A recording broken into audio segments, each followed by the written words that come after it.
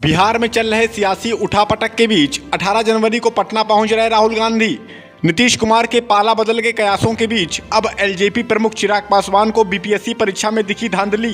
बिहार चुनाव के लिए एनडीए में सीट शेयरिंग को लेकर जारी है खींचतान।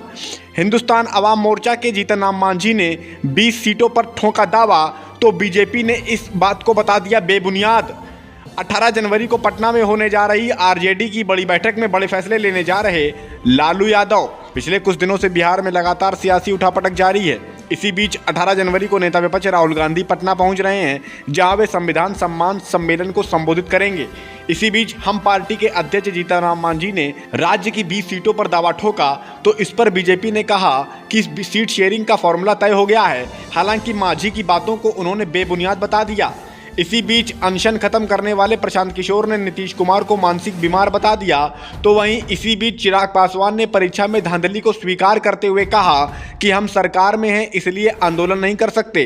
लेकिन गड़बड़ी तो हुई है।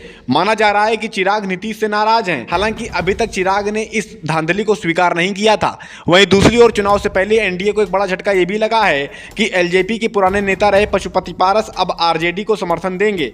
ये बात बिल्कुल तय हो चुकी है। इससे चिराग को भारी परेशानियों का सामना करना पड़ सकता है, क्योंकि पासवान वोट बैंक बट सकता है। लगातार कारोबार सिमटने से यूपी का कानपुर शहर होता जा रहा बदहाल। कानपुर में हजारों लोगों की नौकरी आई खतरे में। कपड़ा, पान मसाला, चमड़ा के बाद अब लोहा कारोबार को भी पहुंचने वाला है बड़ा नुकसान। शहर छोड़कर दूसरे राज्यों में कारोबार करने की तैयारी में है कारोबारी। जीएसटी के चलते सहमे हुए कारोबारी अब कानपुर में नहीं करेंगे कारोबार। सपा प्रमुख अखिलेश यादव बोले, जीएसटी वसूली और भ्रष्टाचार के चलते कानपुर में नहीं चल पा रहा कारोबार। यूपी के औद्योगिक शहर कानपुर में इस समय उद्योगों की हालत खराब चल रही है। पहले कपड़ा उद्योग काफी सिमट गया, फिर चमड़ा और अब पान मसाला व लोहा कारोबार भी सिमटता जा रहा है। दरअसल यहाँ की फैक्ट्रियों के आसपास एसजीएसटी का 24 नवंबर से ही कड़ा पहरा है, जिसके चलते पहले पान मसाला और अब खबर है कि लोहा कारोबारी भी इसी से परेशान होकर शहर से अपना कारोबार सिमेट रहे हैं। जानकारियों के अनुसार कानपुर से करीब 800 लोहा कारोबारी जाने की तैयारी में हैं। इसके पहले खबर आई थी कि शहर की 5 बड़ी पान मसाला कंपनियों के कारोबारी भी शहर से व्यापार समेटना शुरू कर चुके हैं। इस मामले में जल्द व्यापारी बड़ा प्रदर्शन करेंगे। वहीं इस मामले में सपा भी आक्रामक है। हाल ही में लखनऊ में सपा मुखिया अखिलेश यादव ने एक प्रेस कॉन्फ्रेंस में कानपुर के इस मामले को लेकर सरकार पर हमला बोलते हुए कहा था कि जीएसटी की वसूली और भ्रष्टाचार के चलते शहर में जो कारोबार हैं वह भी नहीं चल पा रहे। दिल्ली चुनाव में लगातार आम आदमी पार्टी और बीजेपी की टेंशन बढ़ाते जा रहे राहुल गांधी। अब गुरुवार देर रात अचानक एम्स के बाहर फुटपाथ पर बैठे मरीजों से मिले राहुल। एम्स की खराब व्यवस्था को लेकर मोदी के साथ ही केजरीवाल की सरकार पर भी जमकर बरसे राहुल गांधी। दिल्ली में दर्जनों विधानसभाओं को एक साथ साधने के लिए एक पदयात्रा करने की भी तैयारी में है राहुल। उधर बिहार चुनाव से पहले संविधान पर सरकार को घेरने के लिए 18 जनवरी को पटना पहुंच रहे राहुल। गुरुवार देर रात नेता विपक्ष राहुल गांधी अचानक दिल्ली एम्स के बाहर बैठे मरीजों से मिले। इस दौरान राहुल ने मरीजों और उनके तीमारदारों से बातचीत की। राहुल से मिलने के बाद मरीजों ने बताया कि राहुल ने उन्हें मदद का भरोसा दिया।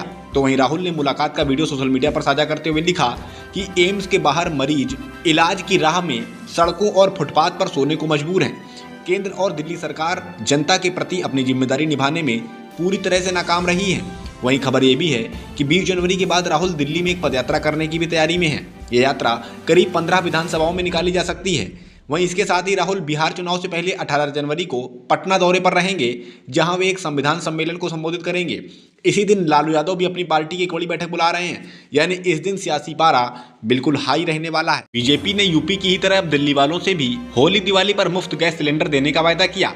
यूपी में अपना वायदा नहीं निभा सकी बीजेपी बोली, गरीब महिलाओं को सिलेंडर पर देंगे 500 रुपए की सब्सिडी। कांग्रेस के वायदे की ही तरह बीजेपी ने भी महिलाओं को हर महीने 2500 रुपए देने का किया वायदा। केजरीवाल बोले, झूठ का पुलिंदा है ये संकल्प पत्र। शुक्रवार को दिल्ली चुनाव के लिए बीजेपी ने अपना संकल्प पत्र जारी कर दिया। बीजेपी के राष्ट्रीय अध्यक्ष जेपी नड्डा ने इस संकल्प पत्र को विकसित दिल्ली की नींव बताया। बीजेपी ने दिल्ली की महिलाओं को हर महीने 2500 रुपए देने का वायदा किया। इसके साथ ही पार्टी ने होली दिवाली पर एक मुफ्त सिलेंडर देने का भी ऐलान किया। हालांकि यूपी में भी बीजेपी ने इसी तरह का ऐलान किया था।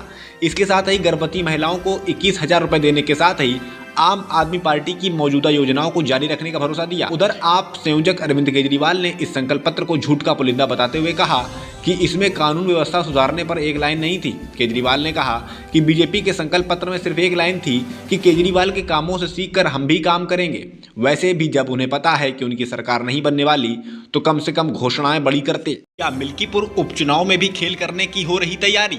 अयोध्या के 22 पुलिस अफसरों में पीडीए के हैं सिर्फ 3 अधिकारी। अखिलेश बोले, सरकार के पक्षपाती अधिकारियों की नियुक्ति का संज्ञान ले चुनाव आयोग।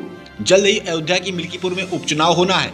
उससे पहले बड़ी जानकारी सामने आई है कि जिले के 22 पुलिस अधिकारियों में से सिर्फ 3 अधिकारी ही पीडीए के हैं। इस पर अखिलेश ने चुनाव आयोग से मांग की है कि मिल्कीपुर में सरकार के पक्षपाती अधिकारियों की नियुक्ति का संज्ञान लें और अपनी कड़ी निगरानी में चुनाव कराएं।